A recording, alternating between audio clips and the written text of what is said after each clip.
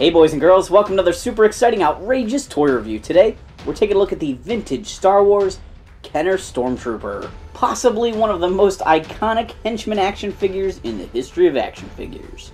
These baddies were molded in white plastic, given a few black paint apps, and armed with a blaster. As a kid, I never owned any Star Wars figures straight off the store shelves. They were all secondhand. Yard sales, comic book store pickups, things like that. And most of my figures came from a comic book store called Comics Adaptation in Quakertown, Pennsylvania. It doesn't exist anymore, but I used to go visit Josh at his comic book store all the time and pick up figures. Most Star Wars figures were $2 a piece. Stormtroopers were $4 because they were army builders. And then, of course, there were some rare stuff behind the glass, like Anakin Skywalker. Ooh, I think he was like 45 when I was a kid, and was like my wildest dream. When I got 2 Stormtroopers, I was so proud of my Imperial Army. When I got 2 Stormtroopers, I was so proud of my Imperial Army, but I was always a little jealous. My best friend Derek had 6 Stormtroopers. But now I've got 8 of them. Even if this one is kind of yellow. Ooh. What happened to your armor, Trooper? I like to display this yellow guy as a Sand Trooper. But Kenner never made a Sand Trooper.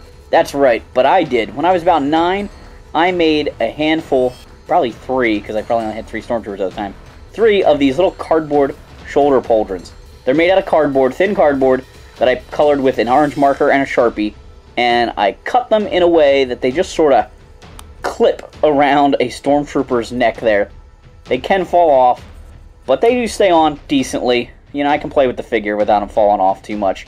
And I used to convert all my Stormtroopers into Sand Troopers for certain scenes. They're a bit oversized, but at my age and my customizing ability, it was perfect.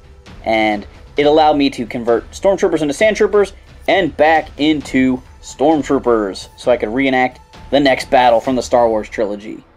As a kid, I never had a vintage Stormtrooper blaster, so I always armed up my Stormtroopers with guns that came with G.I. Joe figures. Of course, I only had 2 or 3 back then. Alright, Stormtroopers. We have heard that Han Solo is hiding nearby. You ought to capture him at once. But sir, we only have 1 blaster. Lord Vader said you'll share it, and you'll like it. Oh, yes sir, right away, sir. Let's go, boys. It's always fun to have the Rebels shoot the first Stormtrooper in a row. Most Kenner Star Wars figures feature 5 points of articulation, but the Stormtrooper only has 4. His head does not turn. He's kind of like Chewbacca in that sense.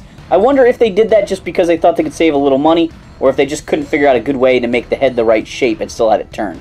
It may have looked silly on top of neck. I don't know. But his arms move at the shoulders, and his legs move at the hips. Typical Kenner Star Wars articulation. Thanks for watching this super exciting, outrageous toy review. Make sure to like, subscribe, and check out our other videos.